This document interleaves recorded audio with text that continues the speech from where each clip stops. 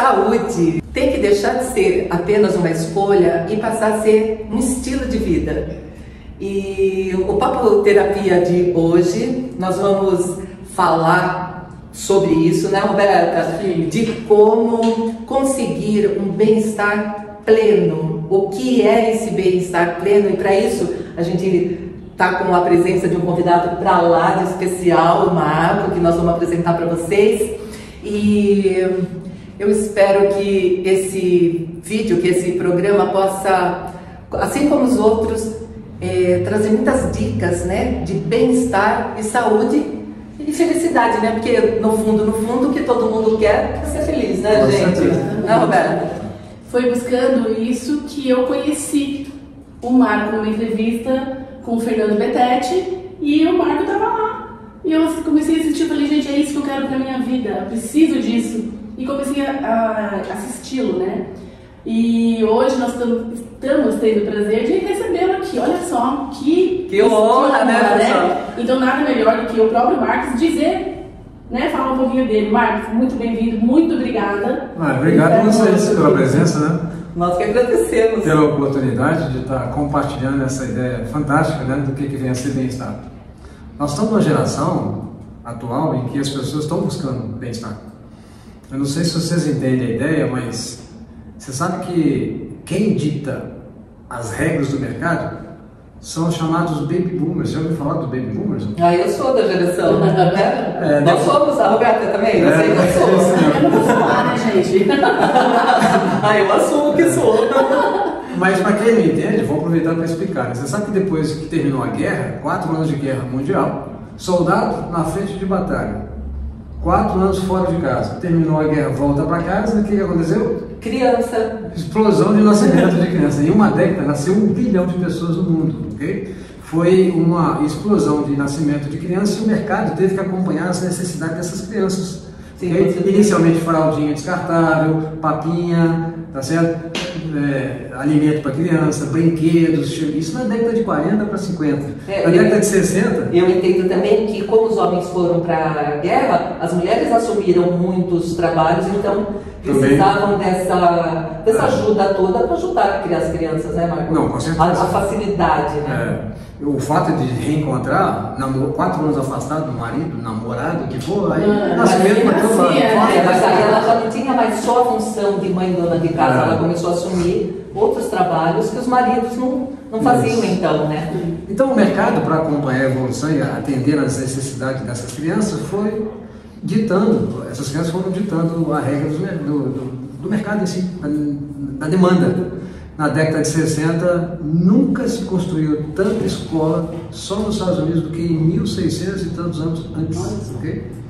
Então foi uma loucura em termos de explosão de atender necessidade de criança, depois a questão educacional. Na década de 70, essas crianças já eram adolescentes. Adolescentes que é o quê? 14, quer namorar, né? Já está com 20, 21 anos, quer carro. Foi quando explodiu a indústria automobilística, tá certo? Sim. Aí depois carro, passou a fase de querer carro, locomoção e tudo mais, vão casar? Vão. Então agora a indústria imobiliária explodiu na década de 80, porque tem que entender a construção civil para dar lugar para essa moradia, para essas novas famílias, né? Baby boomers que vieram ditando a economia. Depois entrou na década de 80, 90, foi a explosão dos eletrônicos, né? A internet surgiu. Tá certo? A coisa começou a ficar mais tudo baseado na eletrônica, em internet. Chega na década de 2000, o que acontece? Aquelas crianças que nasceram lá, no pós-guerra, a essas alturas já tinham 50, 55 anos. 86% de todo o dinheiro que circula no mundo está na mão dessas pessoas. Sabia disso, não? Não. Porque elas que vieram arrastando a economia todo dia. Quando chega na faixa de 50 anos, o que essas pessoas pensam? Já tiveram tudo na vida. Já passaram por todas as experiências anteriores. A essas alturas, o que elas querem? Eu não quero envelhecer, eu não quero adoecer, eu quero sentir bem-estar. Aí começou-se então a academia, explodiu academias para todo lado. Eu, quando tinha aqui meus 15 anos, morava em Belo Horizonte, a academia era no centro da cidade. Você não tinha academia nos bairros. E você tinha que escolher qual delas, porque era um lugar pingado aqui e dali, tá? Aí explodiu-se a academia, porque a ideia começou a ser focada em cima de bem-estar. Aí entra a suplementação nutricional. Você vai ter que completar a necessidade nutricional, porque o alimento começou a não atender mais as necessidades nutricionais do corpo. Os alimentos começaram a ter muitos pesticidas, hormônios, e isso começou a alterar o biotipo das pessoas.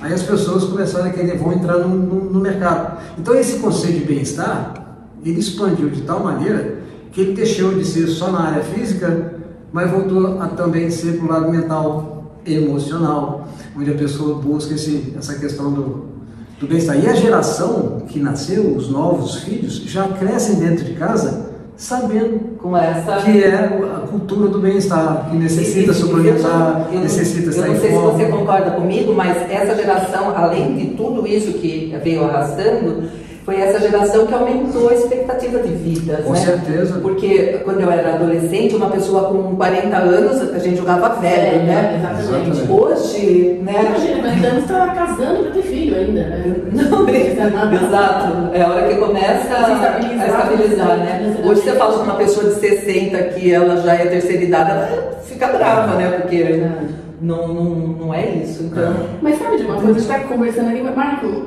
você esqueceu de se apresentar? Eu estou contando o contexto agora. Ele está fazendo... Eu estou contando o cenário. Calma. Agora eu me inseri e mostrar por que e como que eu entrei nesse mercado. Bom, desculpa. Certo. Agora você vê, nesse processo todinho eu acompanhei tudo e entrei para a faculdade de engenharia, comecei a estudar engenharia e eu pensando, pô, mas eu vou ter que ser empregado, porque um engenheiro tem um negócio próprio, é difícil. Você começa como empregado. Mas na faculdade eu comecei a viajar muito, então eu comecei a rodar o mundo constantemente, porque quando eu entrei para a faculdade, em 1974, não existia não existia calculadora eletrônica, existia régua de cálculo. Eu não cheguei nem a conhecer nem a usar, porque no ano seguinte já era calculadora e todo estudante precisava de uma calculadora. Graças a Deus, né? E como eu tinha o hábito de ir nos Estados Unidos, eu falei, eu já sei, eu vou nos Estados Unidos, compro calculadora e venho com essa turma toda. Olha lá. Vendendo o orelho, né? Aí eu tinha 400% de lucro, vendendo pela metade do preço do mercado. Aí eu comecei a ver que o mercado tem certas demandas e nisso eu fui me infiltrando nessa área. Até que uma experiência que depois vocês podem conhecer, na entrevista que você me conheceu, sobre a minha história, onde eu tive muitas... minha vida era muito aventura. Vamos deixar um link aqui, né, dessa entrevista que é bem interessante. Legal, vamos deixar. Então, minha vida é uma aventura constante.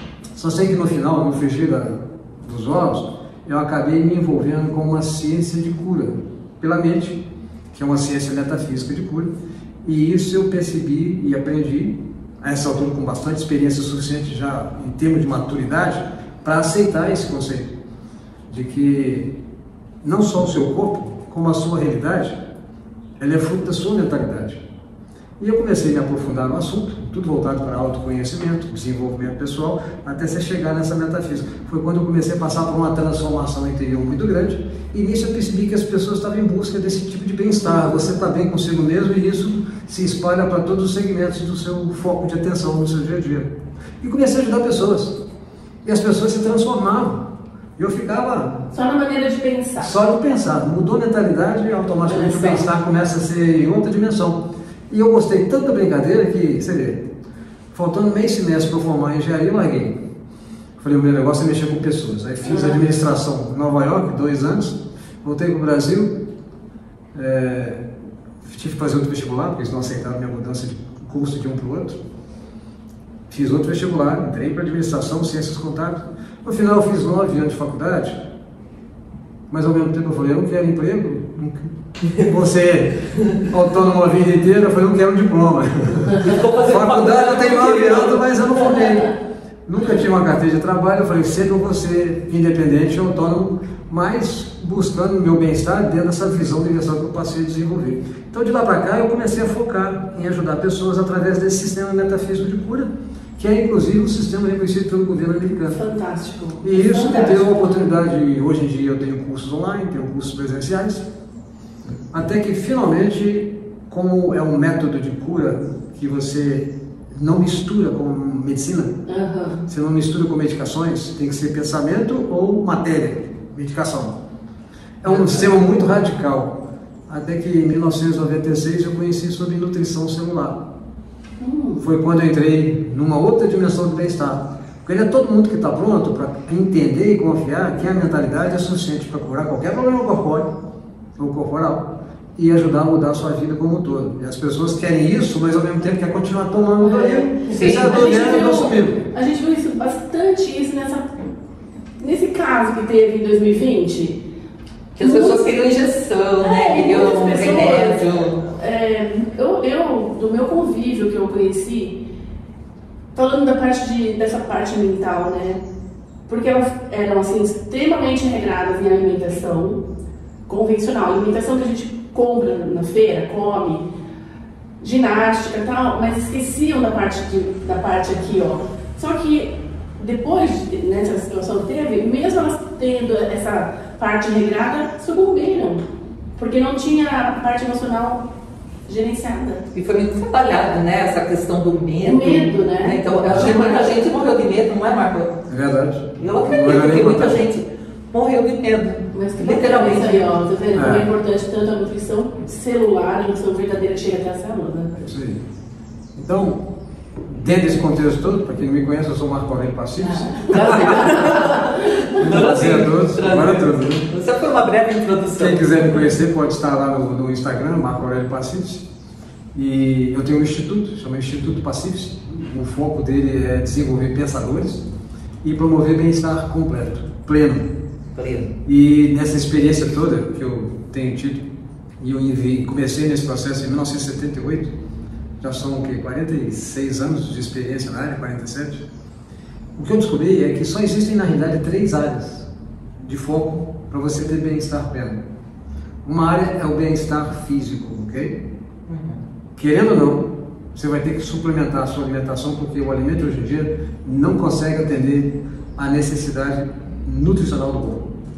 60% dos nutrientes se perdem só quando chegou na sua mesa. Então, quando você ingere, você vai estar mais enchendo barriga, né? Do que realmente atendendo à necessidade nutricional das células do corpo. Então, quando você suplementa coisas realmente poderosas para atingir um nível ideal de nutrição, o corpo tem inteligência de se curar por conta própria. Isso é outra questão que as pessoas não sabem, mas as células do corpo resgatam a capacidade natural de se curarem só porque elas estão na posse do combustível apropriados, que são vitaminas, proteínas, sais minerais, aminoácidos, carboidratos, oligoelementos, fibra e água. Se você consegue dar isso para o seu corpo na quantidade ideal, diariamente, a partir daí o corpo resgata essa capacidade natural de se curar. Então esse é o bem-estar físico. É uma área que eu atuo, oriento as pessoas a como atingir essa plenitude nutricional no corpo, tá certo? A outra área é a área mental, emocional e espiritual. Você pode definir isso como uma área só, ok? À medida que você aprende a se tornar um pensador, e isso aí é o seguinte, você deixa de ser um ser pensado e passa a ser um ser pensante, ou um pensador verdadeiro, ao ponto de você entender que com sua própria mentalidade você é capaz de não só determinar leis, regras para que o seu corpo funcione de forma harmoniosa, como também você cria a realidade que você quiser, né? Entendeu? Gente, isso é maravilhoso. É um processo fantástico. Essa é a minha área de especialização, que eu dedico 46 anos já. A outra área de bem-estar, só para voltar nessa área, se você cuidar bem da questão mental, emocional e espiritual, isso aborda todos os outros segmentos de foco, que é a área social, a área familiar, a área espiritual, a área física também, tá? A área financeira, a área profissional, porque seu pensamento está focado ali em si, mental, emocionalmente, espiritualmente falando, você está bem estruturado, isso influencia positivamente nessa área, ok? E a outro segmento é a questão financeira, porque se você tiver ruim das pernas, financeiramente falando, você vai desestruturar sua condição mental e emocional, ok? Que consequentemente vai bater lá na área física. E está provado que uma das principais causas de doença no mundo não é só a deficiência nutricional, não. Coisa que a Organização Mundial da Saúde sabe disso e reconhece esse fato. Mas na realidade é a questão financeira, é a doença do bolso, você sabia disso? Olha só. Ninguém sabe disso e tem medo até de falar de finanças. Mas a sua dificuldade financeira vai destruir sua vida toda, destrói relacionamento, destrói casamento, destrói sua capacidade de sonhar, de realizar. Isso vai tolhendo o potencial das células de exercerem suas funções, de se repararem, de se curarem continuamente, a ponto delas perderem essa capacidade. E aí a doença do bolso, já desestruturou sua condição mental e emocional e agora você não tem equilíbrio psicológico para poder saber lidar com os desafios. É interessante você falar sobre isso, porque no nosso último vídeo nós tratamos justamente, né, da área financeira ser um dos tripés para que a pessoa consiga um equilíbrio, né, na vida, né? E uma coisa puxa a outra mesmo, porque primeiro, se tá ruim nos bolsos, acho que quando é um casamento, numa família, a primeira coisa que se estrutura é o casamento. Sim, qualquer relacionamento. Né? Qualquer relacionamento. Olha só, então a questão financeira, ela está associada à capacidade que você tem de reconhecer a si mesmo como sendo um realizador, um conquistador, porque todos nós temos um potencial interior que está adormecido. Se você ativa esse potencial interior de realização e de conquistas, você percebe que você é capaz de realizar, conquistar muito mais do que você foi educado a acreditar. Então aquele ambiente seu de trabalho, seja você como empregado, seja você como patrão, como dono, como empresário, o que for, ele se expande porque você passa a ter uma visão muito mais ampla e aí as portas se abrem, digamos assim. E aí você espontaneamente começa a atrair mais recursos, mais oportunidades, mais possibilidades de negócio. Sim. Porque o tempo inteiro você está mentalmente argumentando com você. Sempre. Isso é uma negociação, tá? Sempre. Você negocia com você mesmo com relação ao dar um parecer na situação. Essa capacidade de negociar em favor de si, em favor do seu bem-estar, determina a sua capacidade de ser um bom negociador. Se você negocia contra você, se menosprezando, se autodepreciando, sugando sua capacidade de realizar, se fazendo de vítima, se lastimando sobre uma perda, sobre um desafio, sobre um problema de relacionamento que você teve, você suga todo esse potencial que você tinha exatamente para continuar avançando, para realizar e conquistar. Só que na hora da turbulência, às vezes a pessoa ela não consegue parar. Como que a gente faz isso? Não, tem que ter inteligência emocional para isso, né? Exato, porque assim, quando a pessoa está num drama, num problema, num trauma, são 24 horas, porque assim, pensando no problema. Nem no período que ela está dormindo, ela não para, né? Aquele loop, né, de pensamento. Não sai do essa negociação. E aí a gente vai criando mais situações semelhantes. Aí você vai culpar o quê, geralmente? Você culpa o outro, o governo, tá certo? Você culpa o vizinho, você culpa a economia, você culpa Deus, né? Alguém que te menosprezou. Até Deus, né? Como Deus deixou acontecer isso comigo. É uma pessoa tão boa, né? Uma pessoa tão boa, como que eu ajudo todo mundo? E como que Deus permite assim, né? Geralmente é assim. Quando você embarca nesse rumo, você está destruindo sua própria vida, você está criando um complô contra a sua própria capacidade de prosperar e de ter sucesso na vida. Sim. Então, nos meus treinamentos, eu criei o que eu chamo de regra dos 10 segundos. Você só tem 10 segundos para não avançar na direção errada. Se você sofreu uma perda, se você não quiser piorar a perda, você tem 10 segundos para reverter e transformar essa perda numa oportunidade de progresso, tá? De crescimento, né? Se não, 20 segundos focado no problema, aí eu vou entrar em metafísica, ok? Se você focar no problema por 20 segundos, ele se multiplica por mais de 10 vezes, porque com 20 segundos focado no pensamento de perda, daqui a 20 segundos você emanou uma vibração, tá certo? Que o universo opera por meio de vibrações. Sim. Essa vibração passa a ser identificada nesse ambiente mental do que se chama inconsciente coletivo. Pensamentos que têm vibração ou frequência vibrante parecida começa a haver uma coadunação, uma adesão de pensamentos similares com frequências parecidas. Então o que parecia só ser uma perda, de repente vira um caos.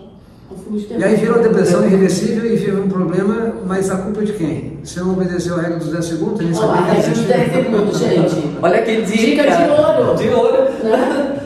Literalmente a gente abre um portal, então, exato. E se conecta com essa, vamos falar, egrégora, que está vibrando nessa frequência e passa a fazer parte daquilo, é isso? Um exemplo fácil de entender é o seguinte, eu acho que era o Silvio Santos, uns anos atrás, ele tinha um programa chamado Qual é a Música?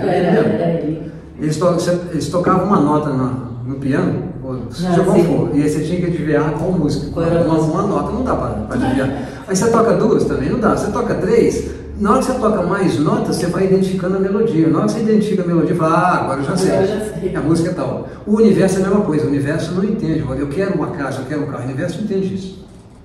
O universo entende frequências vibradas. Então, como é que faz? Depois de 20 segundos focado em algo, você já emanou a vibração, aí o lei da atração sabe. Ah, já sei o que você quer. Ah, tá. E te dar algo parecido na mesma frequência vibrátil que você está focado, alinhado com ela. Então, se você focou em problema, agora você tem um problema multiplicado a potência e N potência. Okay? Olha só. Ele se multiplica. Então, por isso que eu criei a regra dos 10 segundos, porque você não quer chegar nos 20. Porque se você chegar no 20, agora você não vai ter um problema, você vai ter mais um exército de conspiradores contra você mesmo. É maior a dificuldade. Por isso que então, demorou para eu entender, assim, tudo que eu mais temo é o que me acontece. É o que Jó na Bíblia fala, né? Isso, né? Aquilo que temo me sobrevém. Sobrevém. É aquilo que receio me acontece. E como a gente pede errado, né? Porque a gente está pedindo, clamando naquela falta, e o que vai acontecer? Porque é o que a gente... Pois é, mas esse pede aí entra metafísica. Você está pedindo para quem e para o quê? Geralmente as pessoas falam, mas eu pedi tanto, e olha... Pediu para quem? Para Deus, eles dizem. Mas Deus escuta. Mas Deus escuta. Deus não entende palavras, Exato. Não só isso, ele não entende, é problema. E aí Exato. a pessoa tá lá, mas olha o que me aconteceu, eu rezo tanto. Não é assim que acontece? A gente não ouve bastante. Nossa, é o que eu mais ouço, né? Eu rezo tanto, e olha o que me aconteceu. Na realidade, nós somos vítimas de nossa própria mentalidade autodestrutiva, isso aqui? Ou da nossa própria ignorância. Essa questão aí é meio que polêmica, porque tem muita gente falando, mas como é que Deus escuta?